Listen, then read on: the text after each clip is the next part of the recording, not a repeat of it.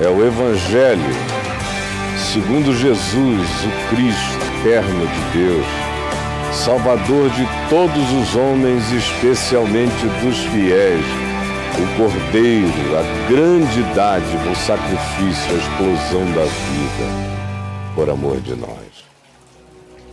Hoje eu leio no Evangelho de Mateus, no capítulo 12, o contexto é Jesus expulsando demônios de um homem cego e mudo que voltou a falar. Na realidade, Jesus, se diz aqui, curou o homem cego e mudo. E a multidão se admirou e disse: porventura não será esse o Messias, o filho de Davi? E os religiosos que estavam ali naquela hora ficaram loucos de raiva. E disseram: este expele demônios, mas é pelo poder do diabo. É Beelzebu, o maioral dos demônios, que está incorporando nele, em Jesus.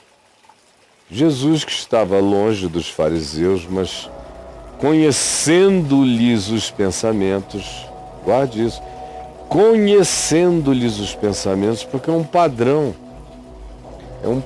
de raciocínio. Você não precisa nem escanear o pensamento para saber o que aquele tipo de espírito pensa quando vê a manifestação simples, livre do reino de Deus acontecendo sem controle religioso, humano, sem mandatários do milagre, sem os cardeais do benefício.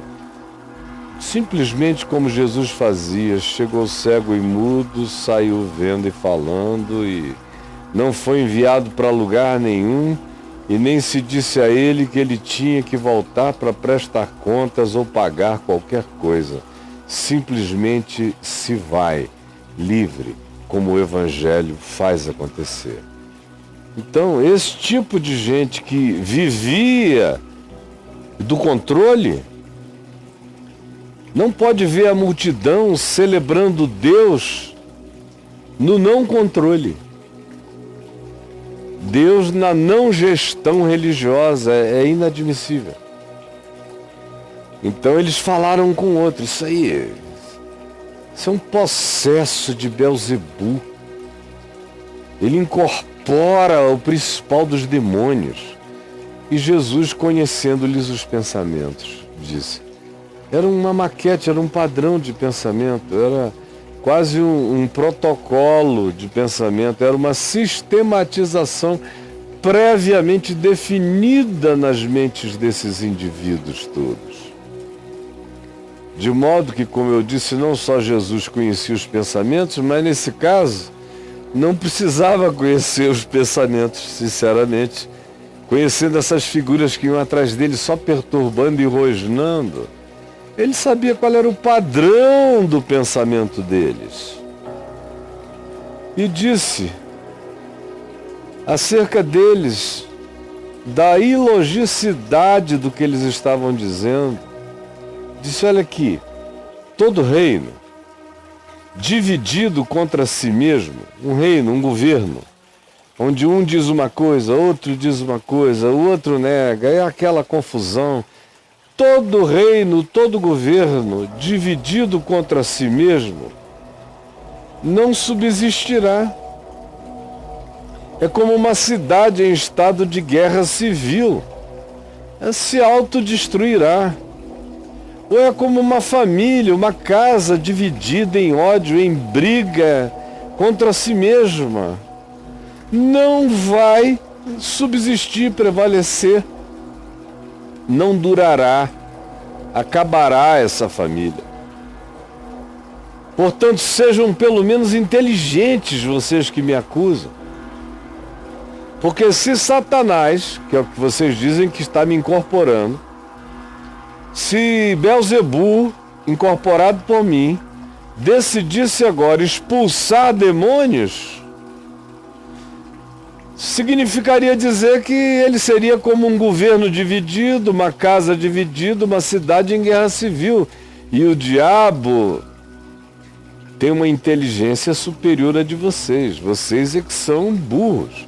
Vocês é que por egolatria, poder, demonstração de quem pode mais, ou ciúme, ou vaidade, ou qualquer outra coisa, são capazes de brigar uns com os outros, de guerrearem internamente, de se dividirem a ponto de não subsistirem. Mas o diabo usa vocês, mas não é como vocês. Ele é inteligente, ele não é pulsionalmente irracional como vocês.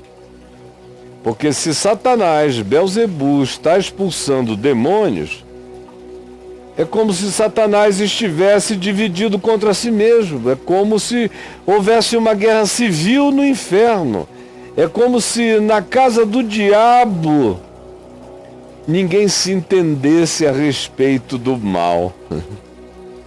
Se Satanás expele Satanás, dividido está contra si mesmo. Como, pois, subsistirá seu reino, seu governo, sua casa, seu domínio, seu controle? Ora, se eu expulso os demônios por Belzebu, eu pergunto agora a vocês que estão dizendo isso de mim. Por quem, então, expulsam os vossos filhos quando eles expulsam algum demônio? É por Belzebu também? Por que eu é que sou por Belzebu? Os filhos de vocês, das igrejas de vocês, estão expulsando em nome de quem? Por favor, não sejam tão estúpidos. Porque nesse caso, aqueles que expulsam demônios se levantarão para serem os juízes de vocês, que estão dizendo que tem demônio saindo quando eu falo, porque eu estou falando pelo poder do próprio demônio. Então que os vossos filhos julguem a lógica sem lógica, a irracionalidade da vossa mente entorpecida. Se, porém, eu expulso demônios pelo Espírito de Deus, pela manifestação do Espírito Santo, meramente pelo poder da palavra, certamente, é chegado o reino de Deus. Ele está presente em mim, nessas ações. Vocês não conseguem ver? Se, porém, eu expulso os demônios pelo Espírito de Deus, certamente é chegado o reino de Deus sobre vós. Se o resultado do que eu faço é abrir olhos, é desimpedir línguas, é libertar pessoas, é curar gente, suscita a alegria da salvação no coração de tantas pessoas, como é que isso não é a chegada do reino de Deus? Sem pedir licença a ninguém, mas o reino chegou. Ou como pode alguém entrar na casa do valente, do diabo, roubar-lhe os bens, sem primeiro amarrá-lo? Entenda, meu filho, se Satanás está morando em alguém, para tirá-lo dali, você tem que chegar com uma autoridade maior e amarrar. Então você limpa a casa. Fiquem sabendo disso. E eu estou dizendo a vocês que quem não é por mim, quem não é pelo Evangelho, quem não é por essa palavra do Evangelho, é contra mim. Não tem apelação, pode dizer o que queira, pode reinterpretar como deseje. Não adianta, é contra mim. E quem comigo não está ajudando, ajuntando, chamando tudo para convergência a mim, está trabalhando contra mim. Pode viver dizendo que faz tudo em meu nome, mas está espalhando, ao invés de estar juntando. Por isso eu vos declaro, E prestem atenção com o que vocês andam declarando sobre quem serve a Deus, não serve a Deus. Prestem atenção nas blasfêmias que vocês falam contra o verdadeiro bem praticado em nome de Deus ou em silêncio. E vocês não têm o menor pudor de colocar a alcunha do diabo, a chancela do diabo na vida de quem só está praticando o bem que vocês não realizam. Prestem atenção. Todo pecado e blasfêmia serão perdoados aos homens. Toda idiotice. Mas a blasfêmia contra o Espírito Santo não será perdoada. Não atribua ao diabo aquilo que Deus está fazendo. E aqui nesse caso é conscientemente, porque Jesus nunca diria isso para gente ignorante que não sabe discernir a mão direita da mão esquerda. Esses seres quase sem raciocínio, que existem aos milhões à nossa volta. Eles falam, eles escrevem, eles isso, mas eles não têm mente, não têm consciência, são seres, do ponto de vista espiritual, acéfalos espiritualmente. Não é desses que Jesus está falando. Não é desses idiotas que ficam blasfemando em comentários na internet, dizendo todo tipo de loucura. Não é como isso. Esses são os coitados, ignorantes. Não, Jesus está dizendo daqueles que sabem o que está acontecendo. Sabem que ali se está dizendo o Evangelho, palavra de Deus. Mas eles se levantam para não perderem o público, para não perderem o mercado, para não perderem seguidores, para não perderem gente.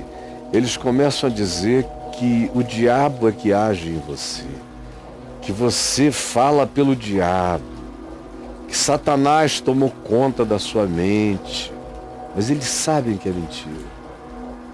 Se um mal agudo acontecer neles, eles sabem para quem eles recorrerão, que é justamente para esse a quem eles acusam de ser instrumento de Satanás. Esses é que estão nessa zona de risco perigosíssima, não os ignorantes, mas sim os que têm conhecimento.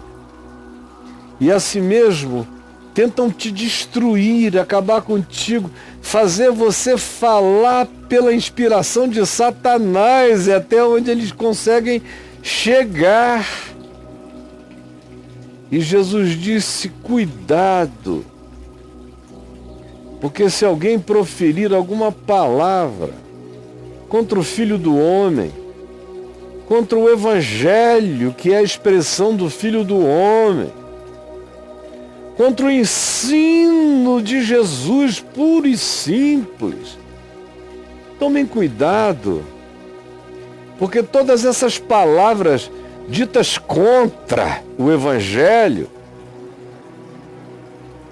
por gente que tem entendimento, que tem conhecimento, que no coração sabe que aquela é a verdade, mas não lhes é conveniente, porque lhes traria perda de poder e de domínio.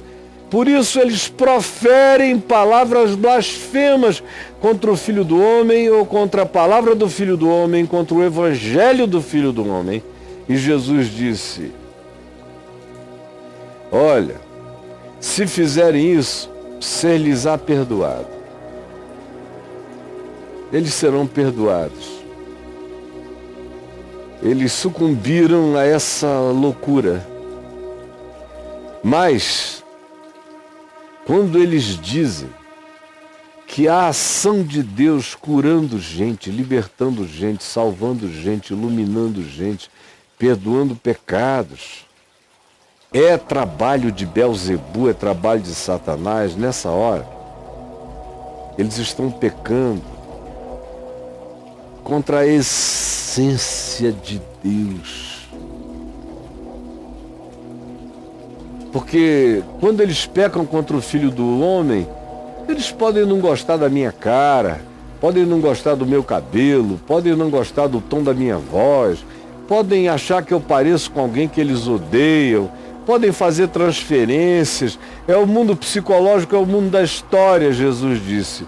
Mas quando, sem ninguém, eles começam a ver, quem via vendo, quem não ouvia ouvindo, e quem estava trancado na morte se abrir para a vida, e eles dizem que isso é obra de Satanás, aí eles estão pecando contra o Espírito Santo. Isso não lhes será perdoado, nem neste mundo e nem em qualquer outro mundo. E o interessante é como Jesus prossegue aqui no capítulo 2.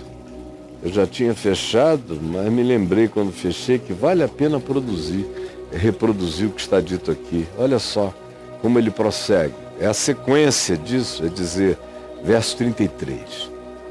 Ou fazei a árvore boa, e o seu fruto será bom. Planta a árvore boa, de natureza boa, que o fruto será bom. Ou então, se a árvore é má, o seu fruto será mau. Será espinheiro, será veneno. Porque pelo fruto se conhece a árvore. Raça de víboras. Raça de víboras. Vocês vejam como Jesus, todo cheio de amor, olha para esse pessoal que pratica esse solapamento, esse estelionato, essa perseguição odienta, raivosa, constante, tenaz contra ele, e o chama de raça de serpentes, de víboras. Entre vocês só tem cobra criada. Como é que podeis falar coisas boas, sendo vocês maus? Vocês não conseguem falar coisas boas. Vocês conseguem até fazer belos discursos, mas é tudo na hora do palco, no íntimo, no dia a dia, na intimidade mesmo do convívio. Como é que vocês podem pronunciar qualquer bondade se o padrão interpretativo da mente e do coração de vocês é mau? Porque a boca fala aqui, ali, acolá, daquilo que está cheio o coração. O homem bom tira do tesouro do seu coração, da sua interioridade, coisas boas. O tempo todo, não é de vez em quando, não é no palco, ele é assim, sai dele coisas boas, saem o tempo todo. Mas o homem mau, do seu interior derrama, tira, vomita coisas ruins, perversas, relativistas, o tempo todo querendo solapar pessoas, não reconhecer o bem, trabalhar contra ele, explícita e definitivamente. Digo-vos, portanto, que de toda palavra desse tipo, frívola, banal, perversa, ruim, que preferirem e proferirem e disserem os homens, de cada uma delas, do que eles estão dizendo, escrevendo na internet, em todos os lugares, eles vão dar conta de cada uma delas no dia do juízo. Mas vão dar mesmo.